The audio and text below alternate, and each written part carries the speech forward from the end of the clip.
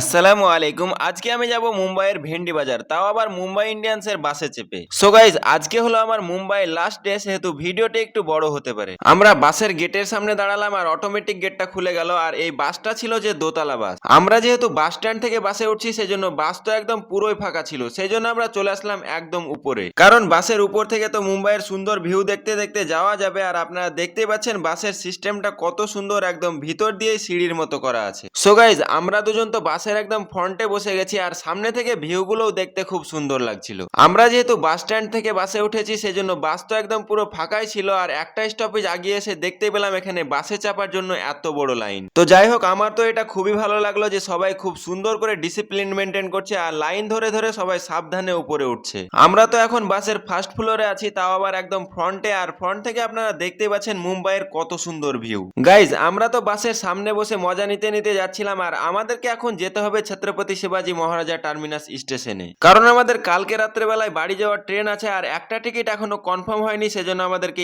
স্টেশনে গিয়ে তৎকাল টিকিট কাটতে হবে। আমরা এখন চলে আসলাম স্টেশনের কাছে আর এখান থেকে তো বাস যাবে না, তো আমরা এখন বাস থেকে নেমে গেলাম। আর আমরা যেহেতু অনেক উঁচুতে ছিলাম আর এখন নিচে নেমে গেলাম, সেজন্য নিজের হাইট কিন্তু অনেকটাই ছোট মনে হচ্ছিল।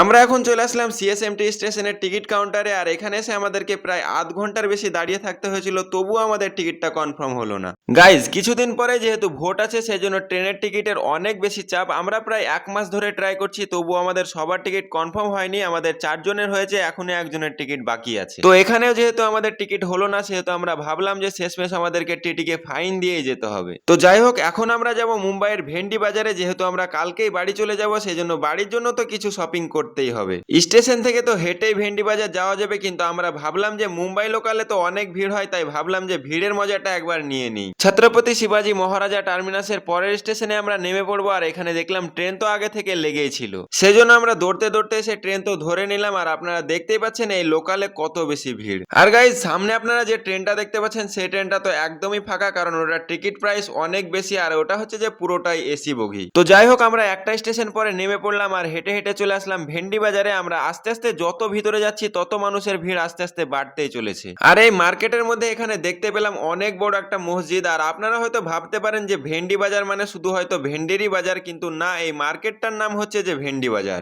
আমরা তো বাড়ির জন্য কিছু শপিং করব, কিন্তু তার আগে আমরা ঘুরে ঘুরে বেড়াচ্ছিলাম আর দেখে বেড়াচ্ছিলাম যে কত রকমের জিনিস এখানে বিক্রি করছে। আমরা এখন আছি ড্রেস কালেকশনের দিকে আর যেদিকেই তাকাচ্ছি সেদিকে শুধু মেয়েদের ড্রেসই দেখতে পাচ্ছি। এই সাইডে তো ছেলেদের ড্রেস তেমন দেখতে পাচ্ছিলাম না, কিন্তু মেয়েদের ড্রেসগুলো এত সুন্দর ছিল, আমার তো সবই পছন্দ হচ্ছিল। মুম্বাইয়ের ভেন্ডি বাজারটা হচ্ছে যে মুসলিম এলাকা আর আমি অনেকদিন থেকে ভাবছিলাম যে আমার জন্য একটা আতর নিব, কারণ আমি শুনেছিলাম যে এই মুম্বাইয়ের ভেন্ডি বাজারে নাকি অনেক ব্র্যান্ডেড আতর পাওয়া যায়। তো আমরা এখন চলে আসলাম একটা আতরের দোকানে আর এখানে এসে আমরা আতর ট্রাই করছিলাম যে কোন আতরটা নেওয়া যায়। সামনে আমরা দেখতে পেলাম ওখানে আদিল কাদেরের ব্র্যান্ডের আতর বিক্রি করছে, কিন্তু ওখানে হয়তো দামটা বেশি নিতে পারে, সেজন্য আমরা চলে আসলাম একটা লোকাল দোকানে। এখানকার আতরগুলো তো আমার সবই পছন্দ হচ্ছিল আর দাদাটা সবগুলো ট্রাই করে করে দেখাচ্ছিল যে দেখো কোনটা তোমাদের পছন্দ। তো আমরা এখানে দাঁড়িয়ে দাঁড়িয়ে প্রায় 7-8 রকমের পারফিউম ট্রাই করার পরে একটা তো ফাইনালি নিয়েই নিলাম। তারপরে আমরা চলে আসলাম এখন মেন মার্কেটের দিকে আর আপনারা দেখতেই পাচ্ছেন মার্কেটটা কত বেশি বড়। এই মার্কেটের ভিতরে ঢুকে তো আমি নিজেই অবাক হয়ে গেছিলাম, কারণ এত বড় মার্কেট আর এখানে তো সবকিছুই পাওয়া যাচ্ছিল।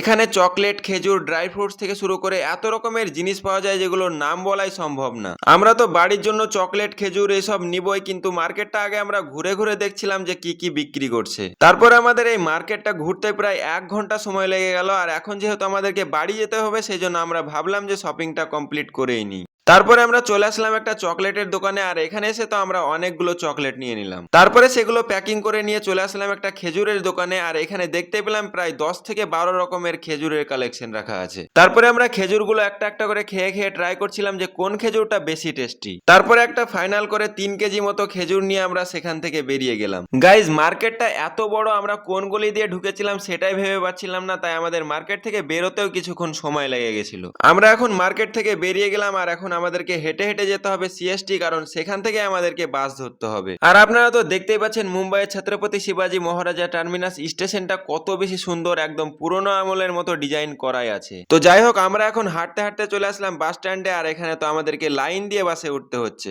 সো গাইজ, এই ভিডিওটি আমার অনেকদিন আগেই শুট করা, কিন্তু ভিডিওটি পোস্ট করতে বিশেষ কারণে অনেক লেট হয়ে গেল। আশা করি এরপর থেকে আপনারা ইন্টারেস্টিং ব্লগ দেখতে পাবেন। তো যাই হোক, ভিডিওটি এখানেই শেষ করছি, দেখা হচ্ছে আবার নেক্সট ভিডিওতে।